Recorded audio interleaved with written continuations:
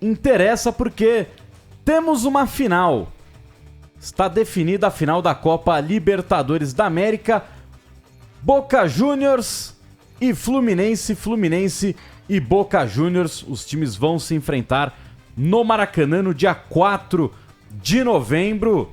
E aí, os ingressos, entre aspas, né? Os ingressos destinados a essas duas torcidas ainda não estão à venda. Mas a Conmebol fez o favor de já vender ingresso num monte de lugar lá no Maracanã. Então, todo mundo já consegue comprar. É claro, aqueles que têm um poder aquisitivo um pouco mais alto, porque o ingresso mais barato está na casa dos R$400 a meia entrada, né? Então, a gente vai ficar em cima e acompanhando o que a Conmebol vai fazer da vida com relação aos valores dos ingressos que serão destinados aos setores que ficam atrás de cada um dos gols. Nessa final de Libertadores, podemos ter um título inédito do Fluminense, um heptacampeonato do Boca Juniors, que pode se igualar ao Independiente de Avejaneda como os maiores vencedores de Libertadores. E um fato muito curioso que o goleiro Fábio, jogador com mais vitórias na história da Libertadores, completará o seu 100º jogo de Libertadores. Olha, exatamente na final. E pode conquistar um título que ele também não tem na carreira, né? Foi curioso, né? O jogador que mais venceu na história da competição e nunca ganhou. Olha, impressionante, né? O Fábio, que tem uma carreira, assim, uma longevidade impressionante, sendo um cara muito importante ainda, 42 anos.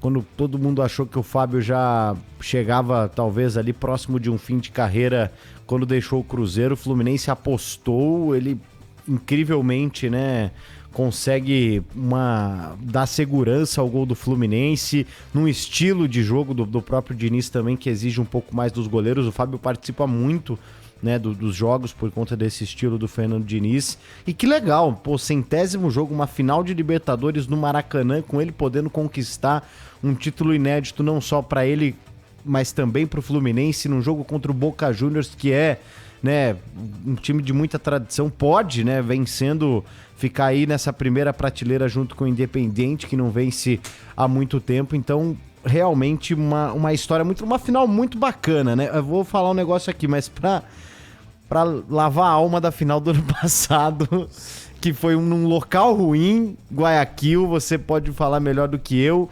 O horário, tudo bem que, né, o horário também não será dos melhores com relação ao calor, né? Porque sim, jogo bom no Rio de Janeiro em novembro, com relação à temperatura, tem que ser depois que o sol tá indo embora, noite, né? Começar às 7h30 ou 8 horas. Exatamente. Mas não seria um horário ruim, 7h30 da noite, de fato, uma final de Libertadores num sábado. Mas um jogo muito legal. Achei a final do ano passado muito sem graça entre Flamengo e Atlético Paranaense, sim, confesso. Até porque eu esperava um Flamengo e Palmeiras. Quem passasse ontem, tanto de Boca quanto Palmeiras, comporia uma grande final com o Fluminense. E por ser também acho legal que volte a ser um duelo entre Brasil e Argentina, né? Há muitos anos aí, nos últimos anos, desde que o Flamengo enfrentou o River Plate, né? Naquele jogo no Peru, a gente vem tendo duelos 2019, a gente vem tendo duelo entre brasileiros. Então acho legal um argentino chegar novamente, acho legal que seja o Boca Juniors numa fase não tão brilhante assim, mas que ontem mostrou... Mas de longe também de ser um time ruim, né? Não, longe. Todo mundo gosta de pintar o Boca como se fosse uma porcaria. É um bom time. Bom time, pô. Um time que tem o Menino Barco, um time que tem o Medina, né? Um time que tem o Cavani, né? Pô, pelo amor de Deus, né? O Romero, né? Que, pô, tem dois vice-campeões mundiais, né? Pô. Exatamente. Então, assim... O seu Advíncula, né? O senhor não pediu desculpa pra ele ainda, hein? Não pedi desculpa, exatamente. Ficou criticando ele lá no Moisés Lucarelli e nunca mais pediu perdão ao homem, né? Pra você ver como todo jogador de futebol evolui, cara. O Advíncula era horroroso quando foi contratado pela Ponte Preta há 10 anos. Ainda jovem, desabrochou, enfim, foi jogar no futebol europeu, futebol argentino, e hoje é um jogador nota 5,5. Essa é a grande verdade, mas que fez um serviço sujo nos 2 jogos importante. Enfim, Uma grande final, claro que os palmeirenses estão chateados e a gente pode elencar aqui vários motivos da desclassificação do Palmeiras com relação à própria gestão do clube, com relação à falta de contratações, com relação a algumas escolhas do Abel Ferreira, a teimosia do Abel Ferreira, como bem destacou o nosso Massini, que vem travando aí alguns embates sempre com muita classe com o Abel Ferreira. Do outro lado, a gente não pode dizer o mesmo, né? O Abel vem passando do ponto em algumas questões cada vez mais, ele vem radicalizando cada vez mais o discurso, que não dá para entender. Muitas vezes eu já defendi o Abel Ferreira e acho que sim, ele foi perseguido em algumas ocasiões aqui por alguns jornalistas, pela imprensa. Talvez isso tenha sido combustível para que o Abel radicalizasse cada vez mais ali e pegasse um ranço gigantesco, culpar, sabe, toda hora essa coisa de que ele treina o time, ele entende, ele vê, como se nós jornalistas não quiséssemos frequentar os treinamentos, né? Sendo como que nós se somos... mesmo sem frequentar não estivéssemos vendo também, né? Exatamente, né? Mas lembrando que a imprensa ela é vetada das atividades já há um bom tempo, né? Com o pretexto da pandemia, isso nunca mais retornou. Então, assim, não consigo entender como o Abel não consegue dar uma suavizada nesse discurso. Alguém, sabe assim, chegar pra ele, algum amigo ali, alguma pessoa, porque acho que no Palmeiras ninguém é superior ao Abel hoje pra tentar ter uma conversa com um cara que me parece ser ali a qualquer momento uma bomba relógio que pode explodir. Acho que os caras têm medo de chegar no Abel e falar, e ele falar, então quer saber, eu tô indo embora porque aqui eu sou o melhor de todo mundo, eu sou melhor que todo mundo, porque é isso que ele passa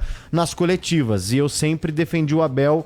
Porém, se ele não começar a apresentar resultados e tiver essa postura cada vez mais arrogante e radical, os próprios palmeirenses uma hora não vão aguentar. E isso não apaga a história dele. Outro ele falou, mas parece que apaga. Não apaga. O Abel é o maior treinador da história do Palmeiras. Talvez seja a maior figura do Palmeiras no século. Isso não vai apagar. Mas também isso não dá credencial ao Abel de tratar todo mundo mal, de achar que ele é o dono da verdade, de achar que ele não erra, ou que se ele erra é só pelo bem, porque ele tem as ideias dele e ele não abre mão. Cara, todo mundo pode mudar alguns conceitos, todo mundo pode mudar alguns conceitos, e o Abel não está percebendo isso. Espero que ele perceba, porque o Abel fez muito bem ao futebol brasileiro, fez muito bem. Eu não quero que o Abel saia do Brasil, e acho que ele pode continuar fazendo bem ao futebol brasileiro, mas nos últimos tempos ele tem passado do ponto e esse Palmeiras não apresenta mais grandes resultados, com uma parte de culpa dele, uma parte de culpa da diretoria, que não ofereceu um bom material humano pra ele nessa temporada, e aí perdeu o Dudu, que era um cara vital pra tudo isso, e não esperava perder, mas essas coisas acontecem no futebol, então é uma somatória de coisas. Além, obviamente, só falando rapidinho, não é algo determinante, mas ontem a arbitragem do Matonte foi uma arbitragem sim polêmica. O resumo da ópera é o cara acrescentar 5 minutos no segundo tempo. É uma vergonha. Era um jogo para pelo menos, nessa nova regra da FIFA, né, desde a Copa do Mundo, era um jogo para pelo menos 10 minutos. Pelo menos. Isso, assim, sem dúvida alguma. É uma vergonha o cara dar 5 minutos. O Palmeiras, eu acho que o Palmeiras talvez nem conseguiria a virada. Eu acho que não conseguiria.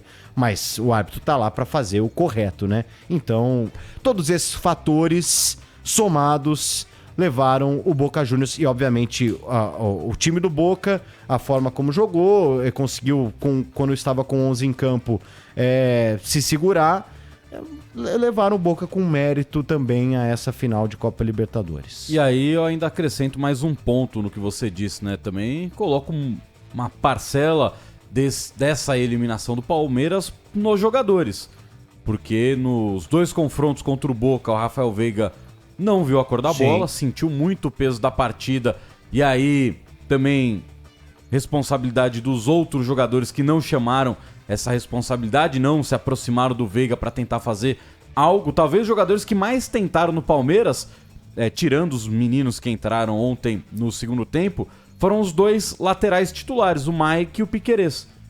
Só que o Mike, ele tinha a responsabilidade de ser um ponta e tentar virar um Garrincha, óbvio que nunca ia acontecer, mas na marcação e como lateral, jogador correto. E o Piquerez, que no primeiro jogo ficou ilhado porque ninguém encostava nele para jogar, ontem foi um dos principais jogadores em campo, não pelo gol, mas pelo que ele fez durante toda a partida. O Piquerez ontem jogou muita bola. E aí os outros atletas de linha do Palmeiras, a maioria oscilou e muitos jogaram mal demais.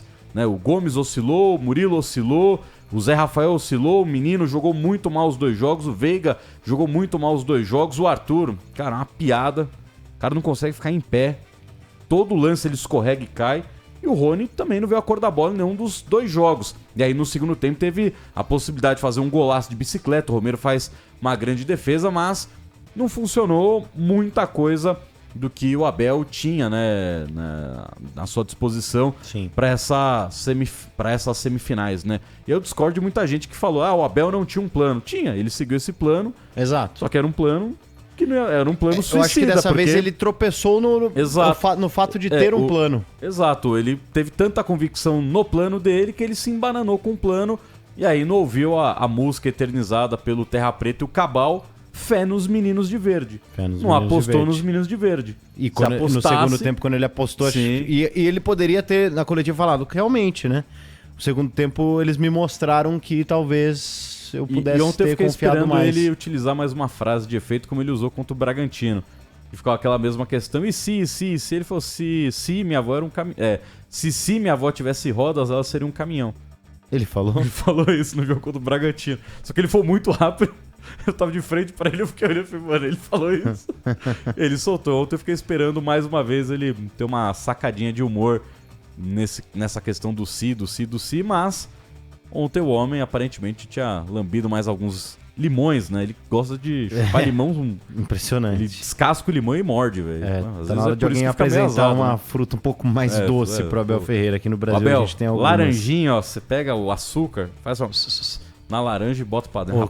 Ou uma mexerica, né? Uma pocã e tal, né? É gostoso também, pocã, né? Uma bergamota. É uma bergamota, é isso que ele descasca. É bom porque também é terapêutico, porque você enfia ali o dedo ali, você descasca. Tem que enfiar no meio, isso, você aperta o bagulho pra estourar a raiz, aí você puxa, já vem com o dedo todo fedendo, a mexerica. Pô, isso é terapêutico, né? Acho que faz bem esse tipo de coisa, né? Não ficar só chupando limão pro Abel Ferreira ser um pouco mais doce. E acho que uma coisa que ficou evidente, aí comparando as 2 semifinais, o Fluminense do Diniz, ele no apanhado geral, ele não jogou bem os 2 jogos. Mas aí o Diniz mostrou uma virtude que é saber remontar o time em momentos complicados e não ter medo disso. Porque assim, o fato de você remontar o time não quer dizer que sempre vai dar certo. Vai dar errado também. E o Diniz fez isso nos 2 jogos. O que o Diniz fez no segundo jogo mudou completamente a partida, em 6 minutos.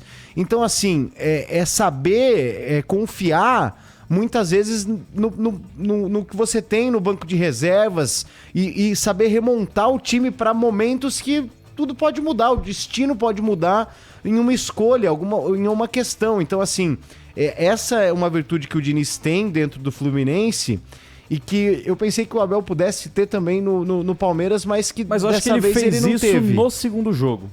Ontem, o Palmeiras terminou com o Rafael Veiga jogando de lateral direito. Sim, mas aí já era um momento... Não, ele volta do segundo tempo já mudando, mas eu acho que ele demorou muito pra ter a ousadia no jogo da ida em La Bombonera. Também. Ele ficou entregue ao 0x0 e o 0x0 tava perfeito pra ele.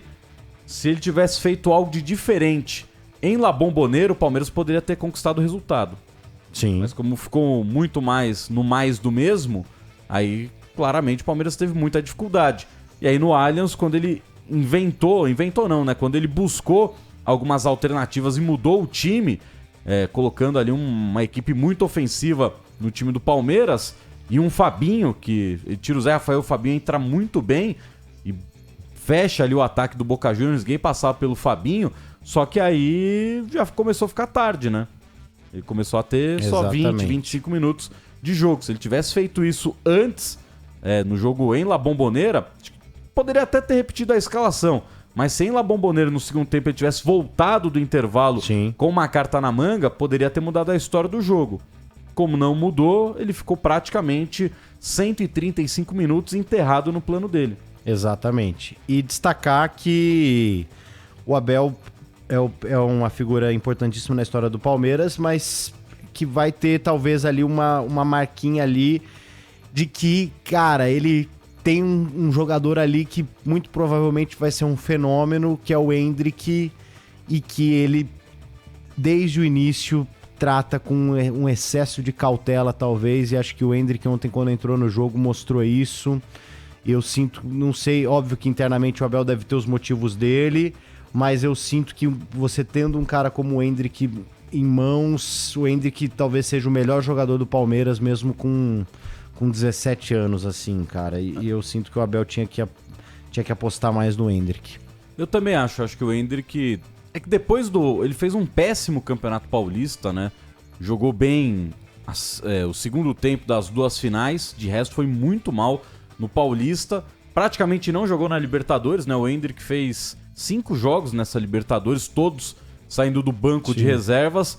Mas eu acho que ontem, pelo menos, se não fosse pra começar com o Endrick, tinha que ter começado com o meio de campo com mais gente.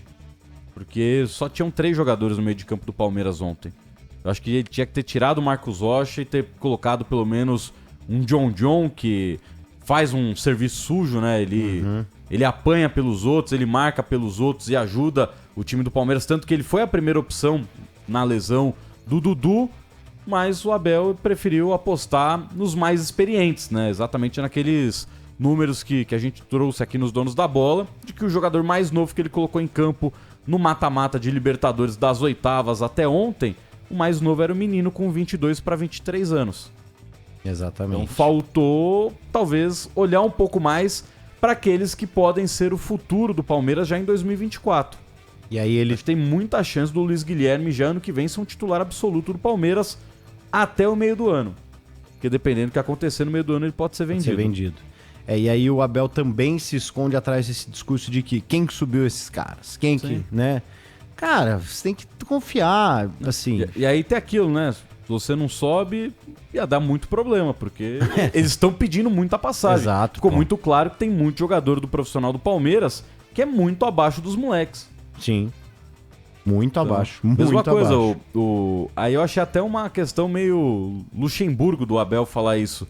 Porque o Luxemburgo também, ele saiu do Palmeiras batendo no peito e fala: eu revelei o Patrick, eu revelei o menino, eu revelei o Danilo, o Renan. Porque é obrigação do treinador também fazer isso, né? Obviamente, né? Isso passa por uma das obrigações, né? Do que o técnico precisa fazer.